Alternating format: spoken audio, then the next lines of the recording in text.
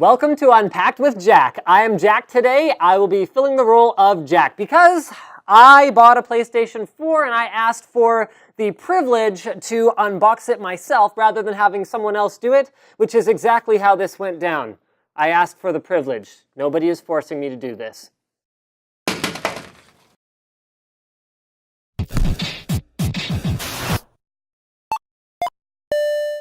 So this is it, the PlayStation 4, the first of the next-gen consoles, because of course the Wii U does not necessarily count if you want to call next-gen in terms of next-gen hardware and performance. It is a dramatic improvement over the PS3 and the Xbox 360 in terms of the actual graphical fidelity that it can produce. In fact, most of your games will run at 1080p now, which is definitely very cool. All right, so it comes in jet black. This is one of the only things on the front of the box, along with a PS4 logo, a Sony logo. The fact that it has a 500 gig hard drive by default, which can be upgraded, and this little sort of confusing note, the vertical stand is evidently sold separately in spite of the fact that it is pictured on the front of the box. It wouldn't be the first time that anything confusing was on the front of a box. Here they have some things that make sense, such as game characters. We got some Assassin's Creed and other good stuff like that, and there's 2 PlayStations, which of course are not included. But they do have some information about their Vita streaming, so you can actually game on your PS Vita. You can stream from the PlayStation 4 to the Vita. You can evidently also watch movies and do cool stuff like that over your wireless 802.11n non-5 gigahertz connection. More on that in a little while. It comes in at $399.99, so that is $100 cheaper than the Xbox One. However, it doesn't come with the PlayStation camera. You have to add that for $60. Then your vertical stand probably costs a few bucks, so you got to add one of those too. And all of a sudden, we're saving, you know, like $20 over an Xbox One. But the good news is that you can probably get a case of like Mountain Dew for 20 bucks. So there you go. You can get your PS4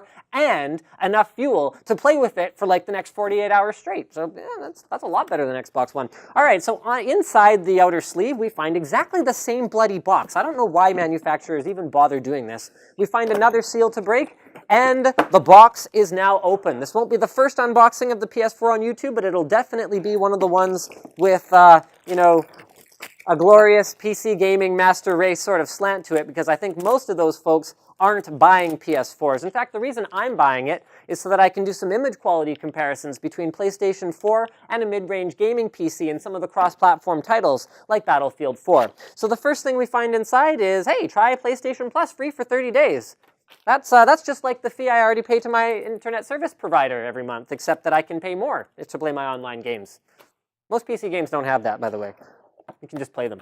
Although there's other stuff on PlayStation Plus, and the good news is that unlike Xbox One, most of the services that you want to access on PlayStation 4 are accessible without PlayStation Plus, okay? So it's not like Xbox One where it's like, yeah, you want to play multiplayer games at all, you're going to need this. You want to have any access to the functionality of your console, yeah, you're going to need your Xbox Live Gold membership. Next up inside, we have an HDMI cable. All right, HDMI, that's a next generation interface. It probably supports, you know, 4K at 60 frames per second. I mean, it's not like the hardware can handle 4K at 60 frames per second anyway, so don't worry too much about it. We've also got a power cord, so it should be noted, this is actually really cool. PlayStation 4 does not have an external power brick, so you don't have to find somewhere to manage that stupid thing, which is actually legitimately fantastic. I like that. Clean cable management, wall-mounted TVs. That is the present, if not the future, my friends, so I'm glad to see it. We've also got a USB to micro B connector, so that is for charging the DualShock 4 controller. So the DualShock 4 controller is an evolutionary step forward. I've heard it compared more to the Xbox 360 controller. I'm not sure I quite see the resemblance. To me, it does look an awful lot more like a DualShock, and it does feel an awful lot like a DualShock. I think we've already seen a lot of talk about this, so I'm not going to get into it too much, but of course you've got the usual 2 clickable joysticks, the D-pad, which I like the PlayStation approach to the D-pad with the discrete buttons as opposed to having the filled-in middle, as well as ABXY, I mean X, square, circle, triangle, because that's the PlayStation way. You've also got Start and Select, but they are renamed Share and Options, as well as your shoulder buttons and trigger buttons, an LED with an LED light in the front that's actually color changing depending on which character you are, and finally, a touchscreen and a speaker as well as a PlayStation button. So the touchscreen is actually kind of cool. It has an integrated clicky button, and you can use it for things like the integrated game. You can evidently, according to late night television, throw robots around and then have Ice-T kick them and stuff. So that seems useful. You've also got a headphone jack built right into the controller, and it comes with a little, you know, earbud / microphone piece, which is like the cheapest thing I've ever seen in my life, and you're probably going to want to replace that with something else to have a halfway decent gaming experience. So on to the PS4 itself. It's a little bit smaller than the Xbox One. It has a very angular shape to it that is not at all reminiscent of a VCR. In fact, compared to most VCRs, which had flat fronts to accommodate the tapes that had to be inserted to them, this one has an angled flat front. So a VHS tape would not fit very comfortably inside this one. It weighs about 9 pounds and can be stood up vertically if you buy the vertical stand, or it could just be stood up vertically because the thing is basically like square anyway, so I really don't understand why you would do that. On the front, we've got two USB 3.0 ports as well as a Blu-ray drive. That's a 6x Blu-ray drive. Two USB 3 ports is great because it will allow you to expand on some of the functionality that just plain isn't built into the unit itself, like 802.11 AC or even 5 gigahertz 802.11n, which in my mind, if you're going to use the Vita streaming service, is going to be essential if you're not living out in the middle of nowhere with like cows in your living room where there are no other wireless hotspots around you. 2.4 gigahertz is so congested in places like apartments, you will be lucky to have any kind of link to your console, never mind being actually able to stream games at any kind of reasonable resolution to a handheld console. On the back, we have the rear I/O, which is taken up by a number of things. So first up is optical audio out. Love to see this because some people have older receivers where HDMI audio is not supported. We've also got HDMI, Ethernet, as well as an auxiliary connector for the PlayStation camera port. Finally, there is a power input. Wouldn't have minded seeing some USB ports on the back just for a little bit more expansion because most PCs do have that because people do like to plug things into these things and not necessarily have them sticking out the front of their console. Again, it's that clean look. It's the kind of thing I would have expected Sony to think of. The LED strip glows amber in standby, by the way, but while you power it on, it is blue. All right, so we fired this bad boy up. The touch-sensitive button on the front is easy to accidentally press when you're in the middle of doing an unboxing, but I suspect that won't happen too much when you're actually using the device and it's like far away from you because this is like wireless Bluetooth. Bluetooth 2.1 no less. It's like they're determined to be last generation. All right, so the LED strip on the side glows amber in standby, white when powered on and blue when powering up. So you can see we have it powered on right now. It's actually quite quiet. So I'm wearing a lav mic.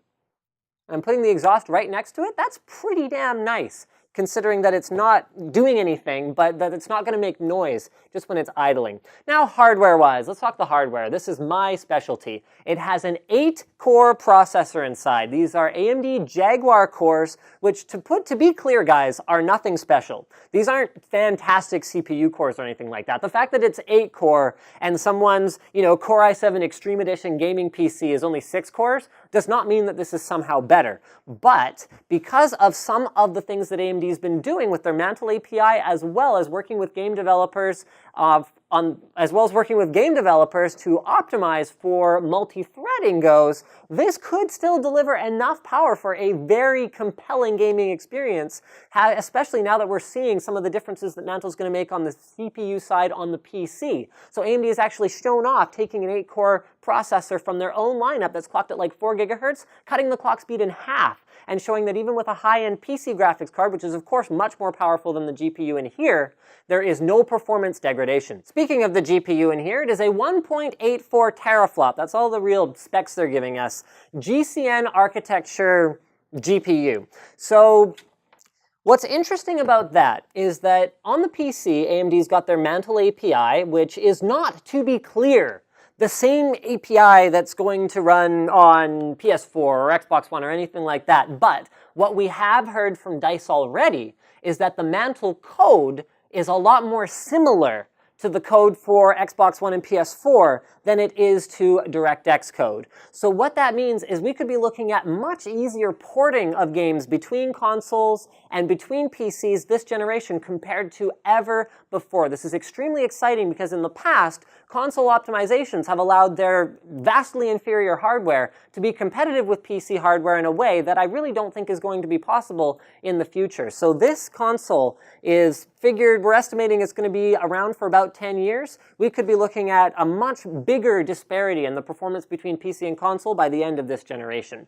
RAM-wise, it has 8 gigs of RAM, which is about what a respectable gaming PC would have today, but the cool thing about that RAM is that it's actually accessible to both the CPU and the GPU, which is incredibly cool. So game developers can decide exactly how they want to allocate those resources. So this is, again, console optimizations, being able to program specifically for a piece of hardware as opposed to having to deal with an intermediary layer like DirectX. There is no infrared receiver or blaster, so the Xbox One does have that. I personally see that as a pretty major selling point because as much as gamers are upset about Xbox One being presented to them as an entertainment system and not having the same raw GPU performance as PS4, it is pretty darn handy to have an infrared blaster and being able to, PVR shows and do stuff like that. So I do see that as a selling point, even if not everyone cares about that. I mean, for a box that's $400, give me as much functionality as you possibly can. So I think that's pretty much it, guys. Thank you for checking out our unboxing and overview of the PlayStation 4.